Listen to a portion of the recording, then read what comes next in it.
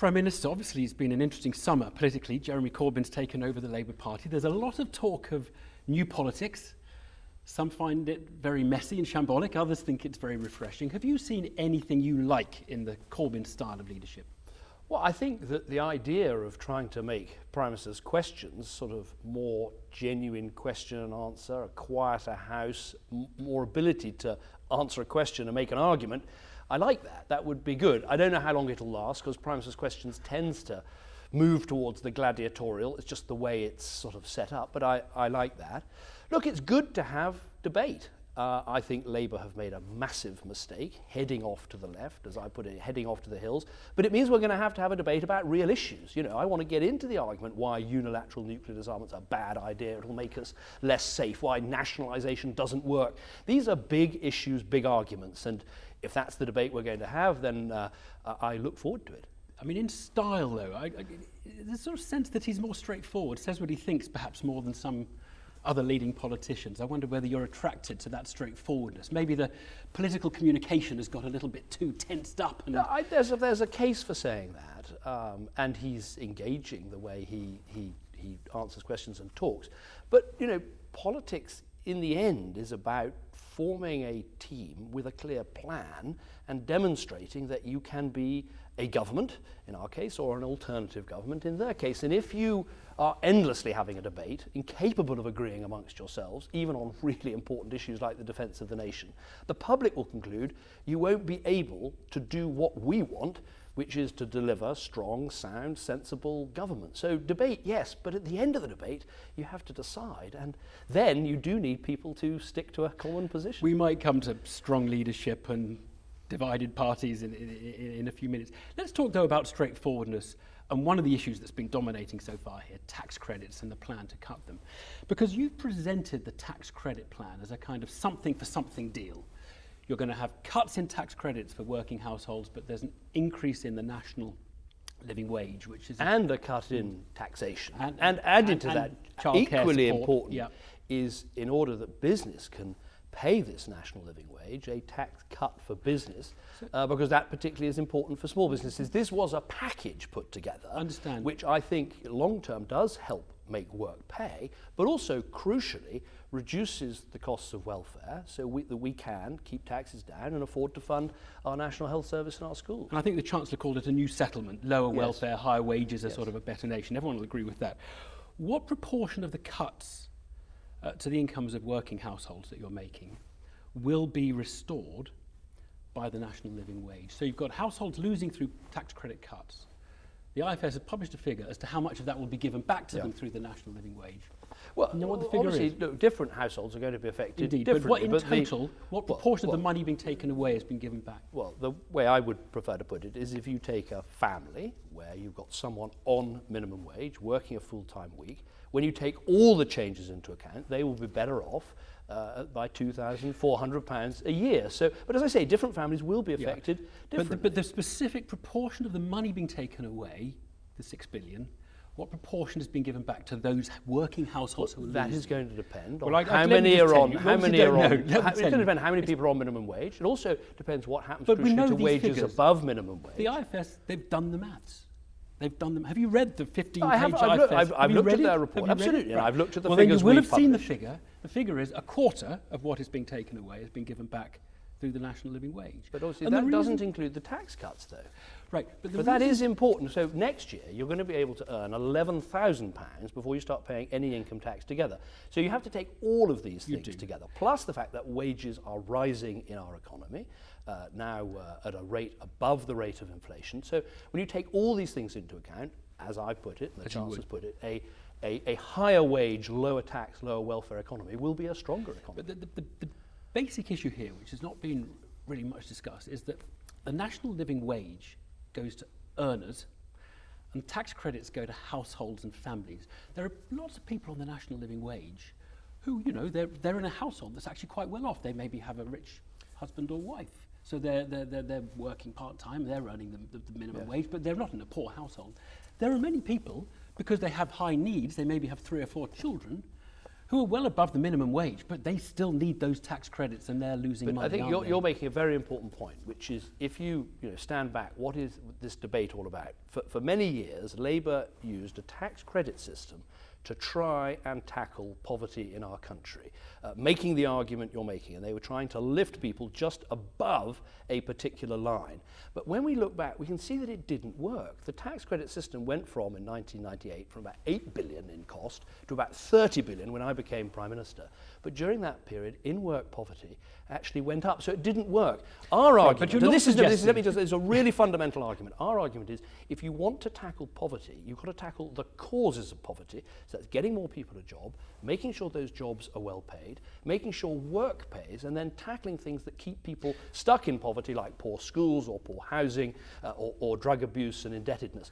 Tackling the causes of poverty is more powerful, I would argue, than actually just what Nick Clegg rightly called the poverty plus a pound of using the tax credit system to lift people over an artificial line. But why then, and this is, why then have you focused such a big part of the tax credit cuts specifically on working household? You know, the IFS say the biggest change has been what sounds like a technical thing, which is the reduction in what's called the work allowance.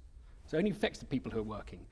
What that really means is that the cuts will be bigger for people in work than they will be for people out of work. So it's completely inconsistent with what you said in the election, which is the infuriating thing is for hard-working people to see, you know, if you did the right thing, you were penalised. If you did the wrong thing, you were rewarded. But you're only looking at part of the picture, because, of course, another of our welfare changes is to freeze the out-of-work benefits for 4 years, sensible at a time of low inflation. All working-age benefits have been frozen for working and non-working But no, families. but that particularly does impact for the unemployment but it benefits as affects well. the So you have to look at the in-workers- point. it affects yeah, the but we in-work made as well, that we one. made a promise at the election, go back to the manifesto, about making changes to welfare so that we could go on increasing money into our National Health Service and funding properly our schools.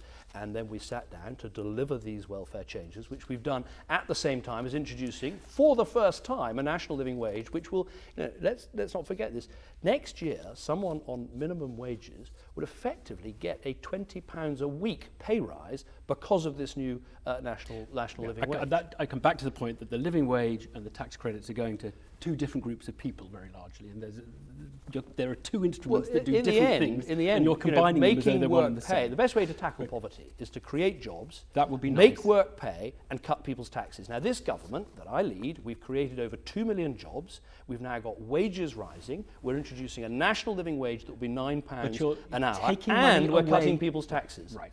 But in the end, I accept this is a big choice. You know, the old Labour model was low pay, take away people's taxes, recycle that money through the tax credit system, and use that to try and tackle poverty. It didn't work, and it landed us with an unaffordable welfare system. Now, we inherited a situation with the 10% budget deficit, the need to get that down, No, we're to make aware of that savings to argument. welfare, and at the same time making work pay. So I think actually our approach is the right one. Do you think you have a mandate for these changes, given Yes, what I was think said that during the we- election campaign? We do. We said in the election campaign that we were going to make welfare savings and we were going to cut people's taxes. We didn't actually announce in the campaign the national living wage. We've been able to do that because we made other changes. I appreciate what you're saying, but you will know that in the election question time, you were specifically asked about child tax credit.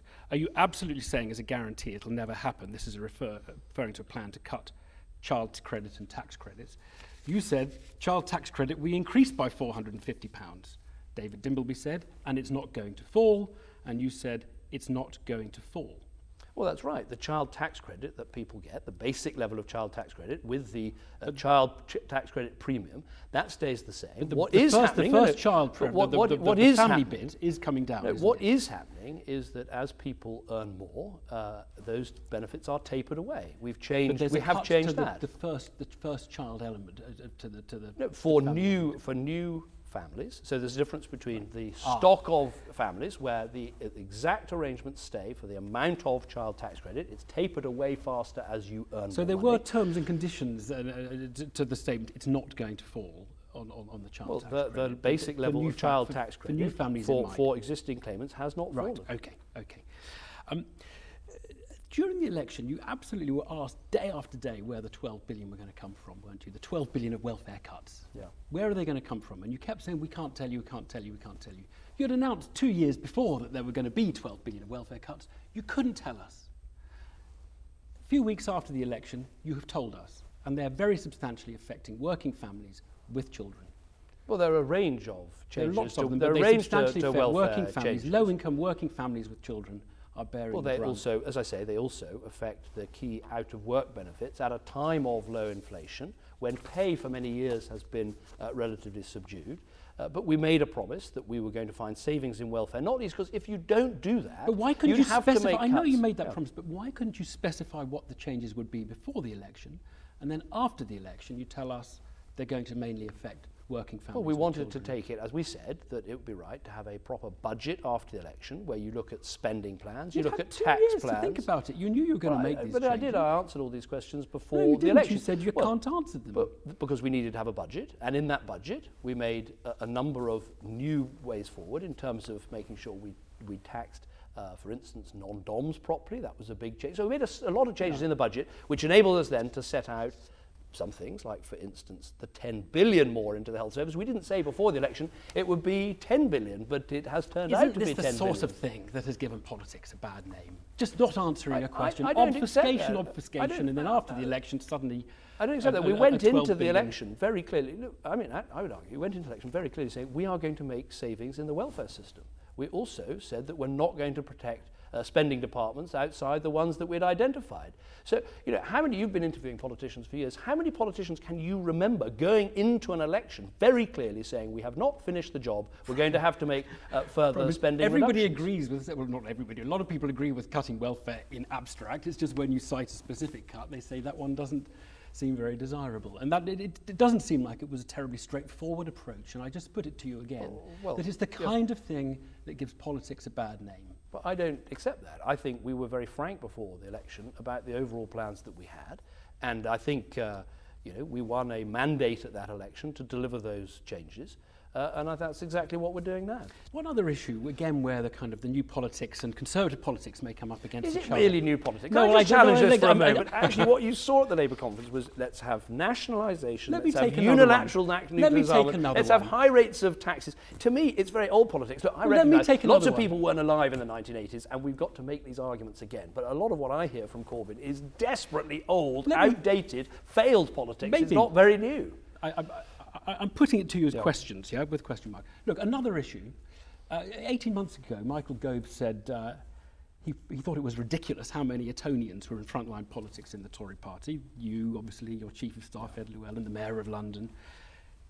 18 months later, you've done it again, haven't you? You've just selected a new mayor. Well, I haven't candidate selected for him. He mayor. was voted for by our members. That is new politics. Okay. It wasn't fixed in some dark back Is room. there a danger that it'll make the Tory party look very out of touch? I would say, you're at the conference, spend a bit of time here meeting our new members of Parliament, and you will find that the Conservative Party has got a far more diverse set of members of Parliament than 5 years ago or 10 years ago. I mean, 20 MPs who went to one school. The Brit School in Croydon, the Performing Arts School, has produced so many great, talented artists like Adele and Amy Winehouse. But look at the and number the of women MPs, for instance. What is going on? What is take- going on? Do you think that Eton can provide 20 Tory MPs? Look, it's a very good school. But the point I'd make is this. When I became leader of the Tory party, there were 19 women MPs, Conservative women MPs. We're now well over 50. So big changes have taken place. Look at some of the new people who are not just our candidates, but who won in safe Conservative seats. I walked over actually here for this interview with one, Nusrat Ghani, in the safe seat of Wealdon. So big changes have taken place in the Conservative Party, and you can't deny that. Look at our MPs, look at the talent, look at the diversity of where people have come from, and you see all of Britain represented on the green benches of the Conservative And you will Party. hope that the next leader perhaps will come from a state school. Look, it's not for me to choose. It will be chosen by first the members of Parliament, and then by the members. It's not. We don't have a sort of system of coronation, and that's not the way it works. Have you spoken to George Osborne about leadership and his own I've spoken to George Osborne about lots of things, but in the end, it will be the members of Parliament and the members of the party who will decide. Would you send your own son to Eton? I've got my own son at a very good state school in London. He's loving it. My daughter is at an excellent secondary state school in London. I've always said I'll do the right thing for my children, but I've said I always want them to be in the state sector. I think the state sector is improving massively and has done so in recent years, but that's my plan. But as I said, I'll always do the right thing for them. Prime Minister, thank you very much indeed. Thank you.